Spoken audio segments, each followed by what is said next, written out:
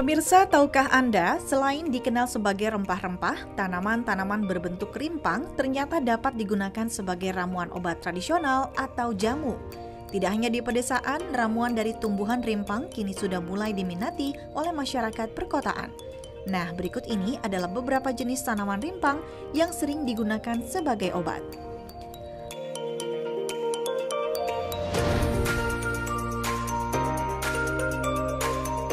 Pertama ada jahe. Tanaman yang berasal dari Asia Tenggara ini bukan hanya sering digunakan sebagai bahan masakan, tapi juga bisa dijadikan sebagai obat untuk pengobatan alternatif. Khasiat jahe ini dipercaya dapat mengatasi masalah pencernaan karena kandungan fenolik dalam jahe dianggap mampu untuk meredakan gejala iritasi saluran pencernaan dan membantu pergerakan makanan serta minuman selama saat dicerna. Konon, jahe juga dapat digunakan untuk menghangatkan badan, memperkuat lambung, bahkan menyembuhkan sesak di dada.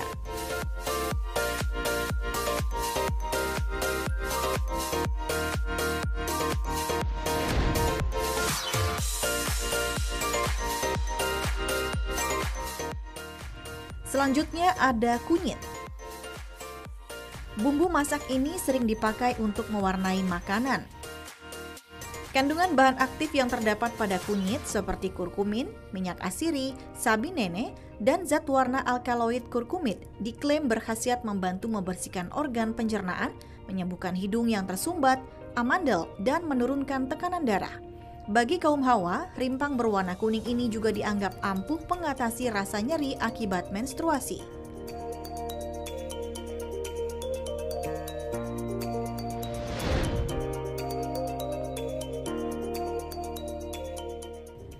Berikutnya adalah kencur. Selain berfungsi sebagai bumbu dapur, kencur juga memiliki banyak sekali manfaat untuk kesehatan. Manfaat dari kencur ini tidak hanya berasal dari bagian rimpang atau rizomanya saja, tetapi juga dari daunnya. Kandungan mineral seperti sineol, alkaloid, asam asinik, dan sinamik disinyalir berkhasiat untuk mengobati masuk angin, sakit gigi, dan menambah daya tahan tubuh. Bukan itu saja, ternyata khasiat kencur untuk kecantikan juga luar biasa. Kencur sudah lama dianggap mampu mencegah dan mengobati jerawat di wajah, terutama untuk remaja yang tengah mengalami pubertas.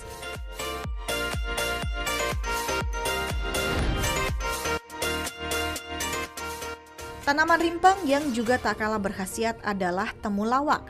Masyarakat Sunda biasa menyebutnya dengan nama koneng gede, sedangkan di Madura temulawak disebut temulabak. Temulawak sendiri adalah jenis rimpang yang seringkali dijadikan obat untuk sakit kuning, diare, mah, perut kembung, dan pegal-pegal.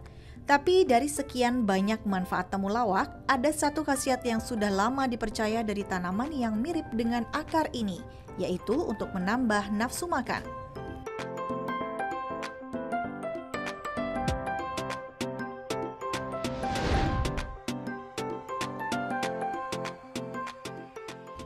Nah, tanaman rimpang terakhir dalam daftar kita adalah lengkuas. Tanaman rimpang yang satu ini selain kerap digunakan sebagai bumbu masak, ternyata juga memiliki banyak manfaat. Lengkuas dianggap memiliki khasiat untuk mencegah dan mengobati berbagai macam penyakit seperti penyakit kulit, sakit kepala, nyeri dada, bahkan tumor dan kanker. Uniknya, tumbuhan yang bernama lain Alpina galanga ini juga sudah lama dipercaya mampu memperbaiki kualitas sperma pria, sehingga kerap dianjurkan untuk dikonsumsi mereka yang mengalami masalah dengan kesuburan. Nah, itu dia aneka jenis tanaman rimpang yang bermanfaat bagi kesehatan. Hebatnya, selain bermanfaat, semuanya tumbuh di Indonesia dan harga relatif terjangkau.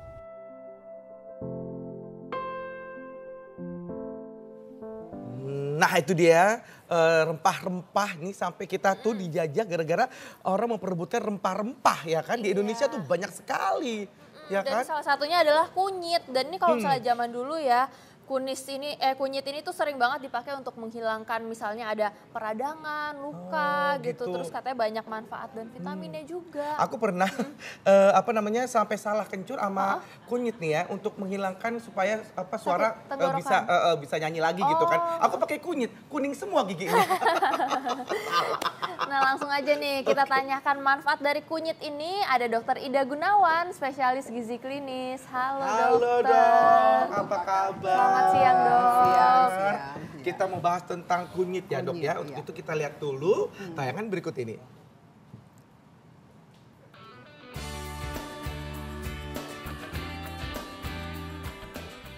Kunyit atau kunir adalah tanaman obat yang wilayah tumbuhnya lebih dominan di Asia Tenggara.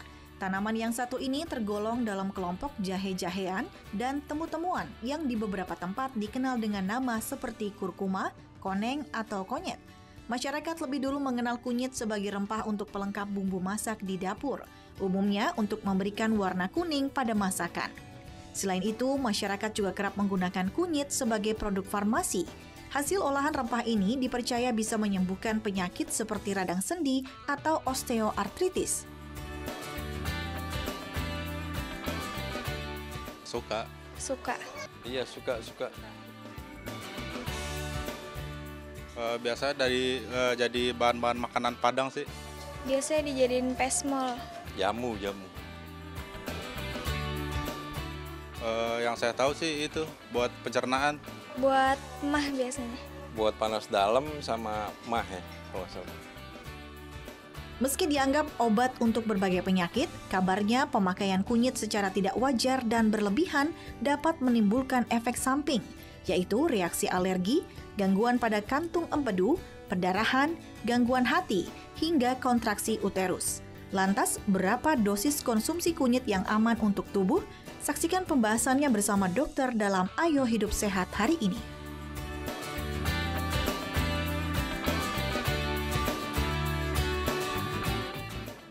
Iya, maaf nih kita tukar posisi dulu ya. Iya, nggak apa-apa. Dan kita mau nanya dulu langsung kalau gitu. Ini sebenarnya udah ada penelitian belum sih dok tentang kunyit ini? Oh, penelitiannya banyak. Tapi penelitiannya sebagian besar pada sel kultur. Jadi penelitian laboratorium terhadap sel. Cuman clinical trial untuk manusia jumlahnya masih terbatas. Jadi penggunaan kunyit yang secara tradisional udah turun-temurun 2000 tahun yang lalu loh. Wow. Dan itu ada beberapa publish, artinya sudah dinyatakan penelitian mereka pada tahun 1948. Ini ternyata kunyit punya banyak sekali keuntungan-keuntungan medisnya. Nah lalu diteliti, karena mereka lihat loh kok keuntungannya banyak ya. Dan harganya murah menjadi makanan tradisional juga atau ya bumbu-bumbu dapur. Maka diambillah penelitian ini. Sekarang mereka mulai fokus, yang namanya penelitian kan nggak bisa langsung pada manusia. Ada tahapan penelitiannya, mulai dari sel kultur, nanti pada hewan coba, sampai akhirnya pada manusia. Nah sekarang mereka sudah banyak sekali penelitian pada sel kultur yang di laboratorium dan hewan coba. Pada manusia sudah beberapa yang sudah dirilis dan hasilnya cukup bagus. Oke, dok ini kan sebenarnya rasa kunyit sendiri kan agak asam dan pahit gitu ya dok ya. Tapi ini masyarakat dari zaman dulu nih percaya bahwa kunyit ini bermanfaat untuk mengatasi asam lambung dok. Ya. Ini fakta atau mitos? Nah sebenarnya ini fakta ya. Tapi fakta yang sebetulnya dia bukan mengatasi asam lambung, tapi dia sangat bagus memperbaiki kalau terjadi luka pada lambung. Jadi kalau misalnya asam lambung yang berlebihan itu kadang-kadang suka bikin luka tukak. Ya bikin tukak ya. Kalau kita istilah kedokterannya kayak ulcer.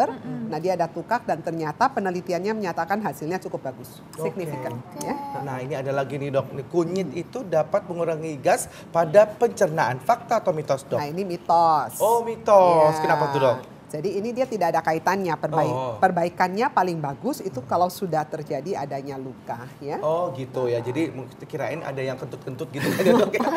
Dikasih kunyit. Nggak ada hubungannya ternyata ya. Tidak ada kaitannya. Oke, ini ada mitos atau fakta lagi nih dok. Katanya kunyit ini adalah obat alergi yang alami. Ya. Fakta atau mitos? Nah ini adalah fakta. Kenapa dok? Kok bisa? Karena ternyata kunyit ini mempunyai banyak sekali efek-efek anti-inflamasi, anti peradangan, antioksidan, dan juga anti alergi ya. Jadi dia cukup bagus. Makanya produk-produk tradisional bumbu-bumbu tradisional itu dipakai sebanyak mungkin karena ternyata memberikan banyak kesehatan, benefit kesehatan untuk manusia. Kalau untuk anak-anak dok, karena anak saya itu suka biduran gitu tiba-tiba gitu, gimana dok? Nah tergantung ininya dimakan atau dioles. Mungkin nggak tahu deh dok, bagusnya diapain dok untuk menghilangkan alergi itu? Jadi biasanya dimakan. Biasanya dimakan, dibikin dari bagian bumbu masakan. Sekarang kan banyak sekali makanan Indonesia menggunakan kunyit. Contohnya kari, gulai ikan ya, atau ikan masak kuning itu juga mereka masukkan banyak sekali bagus bumbu. tuh anak-anak Bagus juga dan menambah nafsu makan juga pada anak. Nah gitu. Nah ini ada lagi nih dok, ini katanya kunyit ini bersifat analgesik dan juga bisa meredakan nyeri pada saat lagi haid. Ini aku kebetulan lagi sakit haid. Oh gitu ya? Tapi jangan dijawab dulu dok, sesaat lagi jangan kemana-mana, tetap di Ayah Hidup Sehat.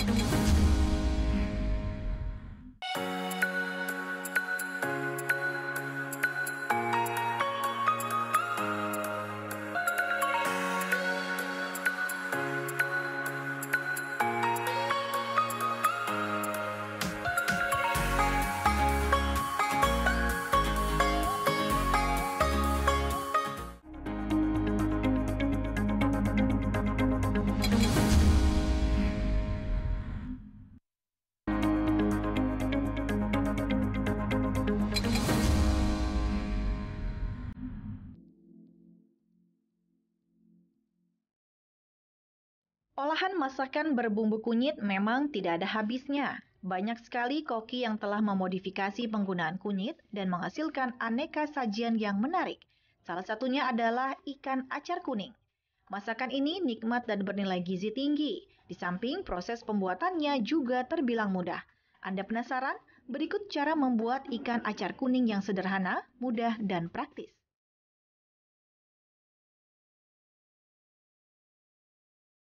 Pemirsa, selain memberikan warna yang cantik pada masakan, kunyit ini juga ternyata dipercaya memiliki banyak khasiat untuk kesehatan. Makanya selain sebagai bumbu masakan, banyak juga digunakan sebagai obat tradisional. Nah, tapi kali ini, siang ini saya akan ajak Anda untuk membuat sebuah masakan yang berbahan dasar kunyit.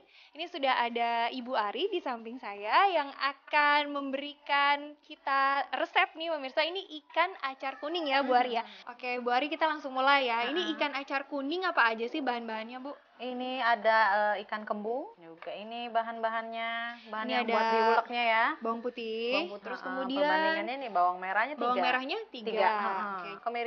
Kemiri.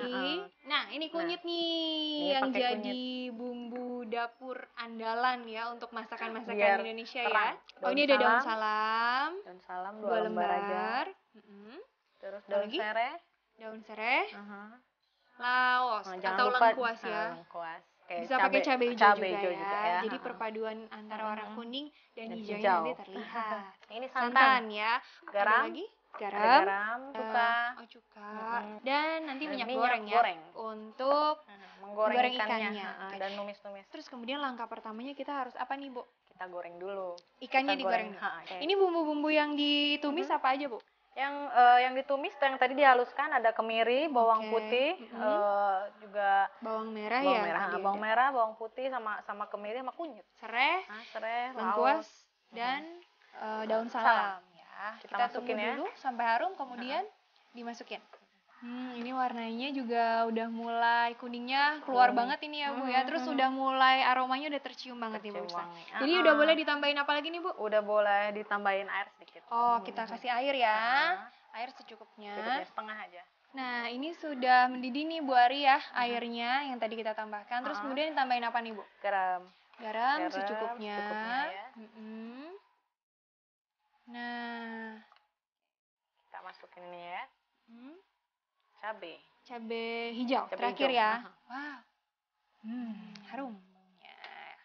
Nah, ini kalau sudah mendidih, ditambahin lagi santan. Jangan lupa aduk ya. Oh, harus diaduk. Nanti pecah. Oh gitu. Jadi sambil saya aduk deh ini ya. Santan dari kira-kira setengah kelapa ya Bu ya. Setengah Yang penting butir dari kelapa. kental santannya biar kelihatannya tambah bagus tuh warnanya ya pemirsa ya. Udah mulai berkurang sedikit ya airnya ya Bu. Terus udah kelihatan minyak-minyaknya juga nih pemirsa. Jadi kayaknya ikannya udah boleh dimasukin ya Bu. Udah harum. Dicampur Ya, kita masukin sama ikannya. bumbunya. Wow. Ini kayaknya juga udah menyerap sama bumbu-bumbunya, kuahnya udah mendidih juga dan udah kental ya. Kental. Bisa kita angkat dong ini Boleh, berarti. boleh. Oke, kita matiin dulu kompornya. Nah, sekarang tinggal diangkat, disajikan di piring. Ya. Kita cobain ya. Oke, ini masakannya Bu hari ini. Wah, masih panas nih Bu, tapi saya cobain deh ya kuahnya ya. Coba nih. Nih, saya ambil kuahnya sedikit. Warnanya kuning pekat, cantik sekali ya pemirsa warnanya. Masih panas tapi gak apa ya kita cobain.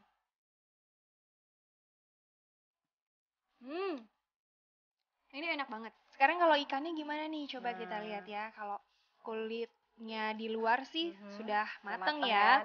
Di dalamnya juga nggak terlalu kering ya. Tapi masih ada sedikit juicy jadinya gitu kalau daging tuh. Kita coba pakai kuah ya. Wah.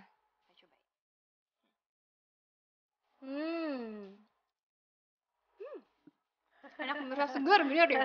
Jadi kalau Anda siang ini mau makanan yang sehat, cantik warnanya dan juga lezat rasanya, mungkin ikan acar kuning ini bisa jadi salah satu inspirasi juga ya untuk makan siang Anda.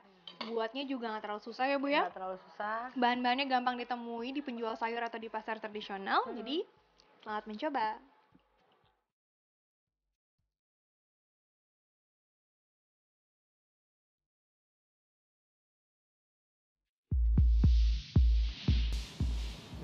Makan siang begini ya, kayaknya itu enak Enak tadi. banget itu ikan acar kuning. Bisa masak? Dimakan bisa kalau dimasakin. Dimasakin ya. Ya, ini Dok, yang kunyit tadi kalau diolah masakan seperti itu tadi itu khasiatnya masih ada atau gimana Dok? Ya, jadi kalau kita menggunakan kunyit, kita harus tahu cara mengolahnya seperti apa. Kunyit ini sangat kaya akan antioksidan, antiinflamasi, pokoknya banyak anti-anti hebatnya lah ya. Dan harus diingat bahwa kunyit yang berasal dari alam ini kalau langsung kita makan seperti ini, maka absorpsinya dalam tubuh tidak terlalu bagus. Ya, jadi kalau kita masukkan 1 kilo kunyit kita makan, ternyata yang diserap rendah sekali. Absorpsinya jelek, kemudian metabolismenya menjadi lebih cepat dan yang dikeluarkan dari tubuhnya juga cepat. Artinya yang bertahan di dalam tubuh juga tidak terlalu banyak. Jadi harus diapakan ini? Lalu bagaimana triknya? Oh, ternyata dalam penelitian mereka lihat kunyit ini harus digabung, ada temennya. Nah, digabung paling bagus dengan black pepper. Jadi black pepper itu lada hitam. Nah, kalau dikasih lada hitam sebanyak 1 promil, jadi 1/100-nya. Misalnya, dalam kunyit ini zat aktifnya namanya polifenol kurkumin. Nah, kurkumin ini kalau kita mau pakai dosisnya misalnya 100 mg, maka harus ditambahkan si lada hitam ini 1 mg. Nah, hasilnya penyerapan di dalam tubuh itu bisa 2000 kali lebih tinggi.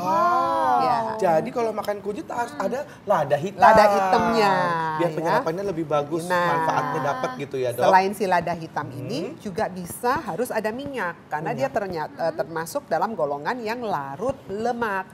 Jadi jangan hanya dilarutin di air seperti itu. Ya, jadi kadang-kadang ada juga penelitian yang menyatakan ditambahkan madu juga bagus, ditambahkan susu juga bagus gitu ya. Tapi yang paling tinggi bioavailability-nya dalam tubuh adalah menggunakan black pepper. Oke Dok. Baik Dok, nanti kita coba nih. Ya. Ini ngomong-ngomong tadi kita sempat bahas nih Dok bahwa kalau misalnya kunyit ini mengandung efek analgesik dan juga ini dapat untuk meredakan nyeri pada saat menstruasi Dok. Itu mitos atau fakta? Nah, kalau buat menghilangkan nyeri pada saat haid ini memang penelitiannya tidak ada ya. Jadi ini adalah mitos ya. Tapi kunyit ini punya efek yang sangat bagus untuk analgetik. Tapi analgetik apa? Analgetik pada artritis, pada nyeri sendi. Nah, suka dengar orang tua kalau lagi musim hujan nih ya, dengkul sakit, kaki sakit semua. Pasti yang dicari apa? Kunyit. Nah, ternyata turun-temurun sudah dikatakan ini hasilnya bagus. Dan penelitian manusia membuktikan bahwa memang hasilnya bagus. Tapi dosisnya tinggi. Nggak bisa kalau cuma 1 sendok. Penelitian pada manusia dia menggunakan 2 gram kurkumin. Kurkumin itu bukan kunyit loh ya, tapi zat aktif yang ada di dalam kunyit. Artinya si kunyit ini harus diolah dulu, kemudian diekstrak dulu kurkuminnya sebanyak 2 gram. Begitu, baru ada khasiatnya. Baru ada khasiat. Baik dok, nah ini fakta mitos berikutnya yang berada di masyarakat dok, itu kunyit itu adalah bisa menetralisir racun dari tubuh. Ya. Fakta atau mitos itu dok? Nah ini adalah fakta. Kok bisa? Biasanya yang kita sebut sebagai penetralisir racun adalah antioksidan, anti racun, anti inflamasi untuk detox. Iya betul sekali, karena dia kaya sekali antioksidan. Ya, salah satunya ya kurkumin itu, polifenol. Sebetulnya ada 3 yang ada, tapi yang paling dominan adalah kurkumin. Kurkumin tersebut. Oke, baik dok. Baik dok. Ini masih ada mitos atau fakta berikutnya, katanya kunyit ini dapat mengendalikan gula darah. Fakta atau mitos dok? Ya, ini adalah fakta. Fakta. Tapi harus diingat, jangan kalau mengendalikan terus berpikir, saya makan kunyit aja, nggak usah minum obat dokter. Salah. Ya, jadi dia membantu mengendalikan menjadi lebih baik. Tapi tetap yang namanya pengobatan diabetes ada 4 pilar. Yang pertama edukasi, yang kedua adalah diet, jadi makan harus diatur. Yang ketiga adalah olahraga, jangan lupa bergerak. Yang keempat harus konsultasi dengan dokter. Kalau dokternya bilang harus pakai obat 3 kali sehari, jangan jadi dokter sendiri diganti pakai kunyit 3 kali sehari, ya nggak bisa gitu ya. Nah kemudian kalau misalnya kita mengkonsumsi kunyit dengan gula, gimana tuh dok? Ya hasilnya bagus juga, madu ya yang mereka teliti, jadi meningkatkan bioavailabilitasnya. Maksudnya penyerapannya di dalam tubuh jadi ikut naik. Oke, baik. Nah ini ada kunyit adalah anti peradangan. Fakta atau mitos dok? Nah ini adalah fakta. Jadi dia sifatnya anti inflamasi. Banyak faktanya yang ini bagus fakta, ya. Jadi bisa dipakai untuk radang-radang sendi itu loh. Itu kan kalau lagi sakit sampai nggak bisa jalan. Nah coba dibantu dengan ekstrak dari kurkumin tadi. Nah itu digunakannya gimana nih dok? Dioles atau diminum kah? Nah penelitian mereka adalah di bentuk kapsul. Jadi dipakai karena gramnya 2 gram. Jadi ekstraknya itu ya. Dengan zat kurkuma tadi ya. Kurkumin tadi ya. Oke, baik. Nah ini ada lagi kunyit mengandung zat antibakteri dan anti jamur. Fakta atau mitos itu dok? Nah ini adalah fakta. Fakta lagi. Jadi tahun Waduh, 1948 ini sudah ditemukan bahwa si kunyit ini bisa punya efek antibakteri nih, anti jamur ya. Sampai mereka membuat menjadi ointment, salep. Nah, ya. Kuning-kuning semua tuh. Mereka sudah olah sedemikian ya, diambil zat aktifnya aja. Oke. Jadi nggak akan kuning-kuning ya dok ya? Ada itu ya zat itu tersebut. Oke, masih ada nih. Ini katanya kunyit diyakini dapat menghambat pertumbuhan kanker. Wah, fakta atau mitos ini dok? Nah, gini. Kalau diyakinin ya betul itu adalah fakta ya. Cuman penelitian ini masih terbatas pada penelitian sel kultur yang tadi saya bilang. Banyak sekali untuk kanker head and neck, ya head and neck artinya kepala leher, kemudian kanker untuk saluran cerna kolorektal ya, kolon, lalu kanker untuk payudara, itu juga penelitiannya bagus sekali di sel kultur ya. Penelitian pada manusia mereka sedang lakukan, ada yang memberikan hasil yang bagus, tapi ada juga yang stuck. Jadi yang diem gitu ya. Jadi nggak seindah yang ada di sel kulturnya. Ya, kita harapkan harusnya lebih baik. Lebih baik ya dok ya, mudah-mudahan ya. Baik, nah ini ada lagi nih dok, konsumsi kunyit dapat menurunkan berat badan. Ini pas banget nih buat saya nih dok.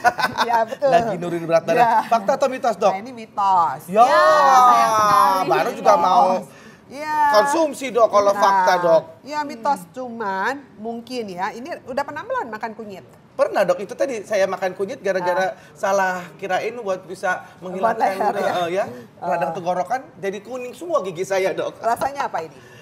Rasanya ya agak asam pahit ya, rasanya pahit. Nah mungkin rasa pahit inilah yang membuat orang jadi nggak kepengen makan, mungkin. Tapi faktanya kalau turunkan berat badan tidak.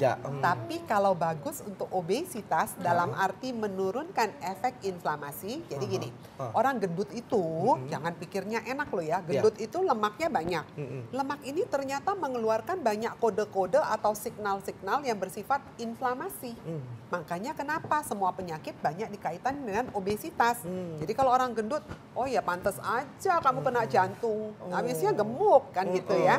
Karena dia mengeluarkan signal-signal inflamasi. Nah, si kunyit ini dalam penelitian dia bisa menekan inflamasi signal. Jadi kalau dia keluarin kode sama kunyit ditutup, kodenya nggak nyampe toh ya.